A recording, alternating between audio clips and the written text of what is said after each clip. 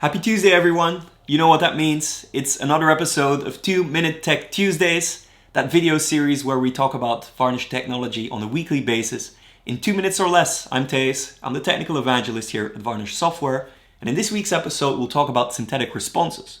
But before we can do that, we need to take out the synthetic part from the equation and talk about regular responses and how they get composed in Varnish. I'm going to do this by putting 2 minutes on the timer, doing this brief introduction, and then getting to synthetic responses. Let's get going.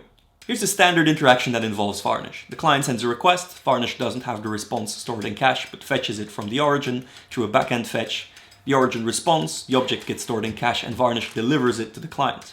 Upon the next request, Varnish does have the object stored in cache and can deliver it immediately. Let's take the backend fetch out of the equation and compute the result ourselves. So that means the request gets received by Varnish, and Varnish composes the output and returns it directly. And that's basically what a synthetic response is. It's a response that didn't originate from a backend server. And these synthetic responses already appear behind the scenes in the built-in VCL. When you send a request using the pry request method, Varnish will respond with a 405 method not allowed error. And when you send a request without a host header, you'll get a bad request 400 synthetic response. Here's the HTML output that gets generated when these synthetic errors are triggered. And this is what it looks like in the browser. And as you've seen in the built-in VCL code, synthetic responses are triggered to a return synth statement.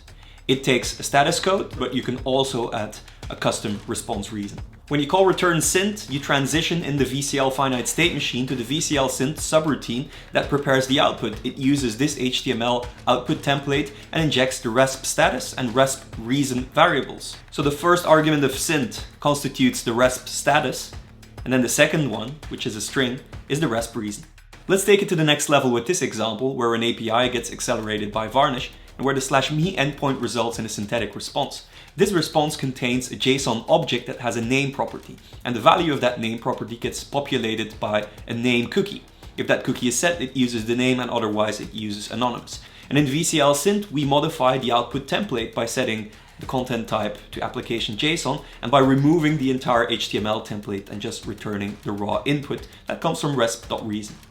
And when we call the /me endpoint without a cookie, the name property has the value anonymous. And when we do use a cookie and have Thijs as the value of the name cookie, the name property is Thijs. Synthetic responses, ladies and gentlemen. A really powerful mechanism to return error messages from Varnish, but also to offload the origin server and execute simple, really narrowly scoped application logic on the edge.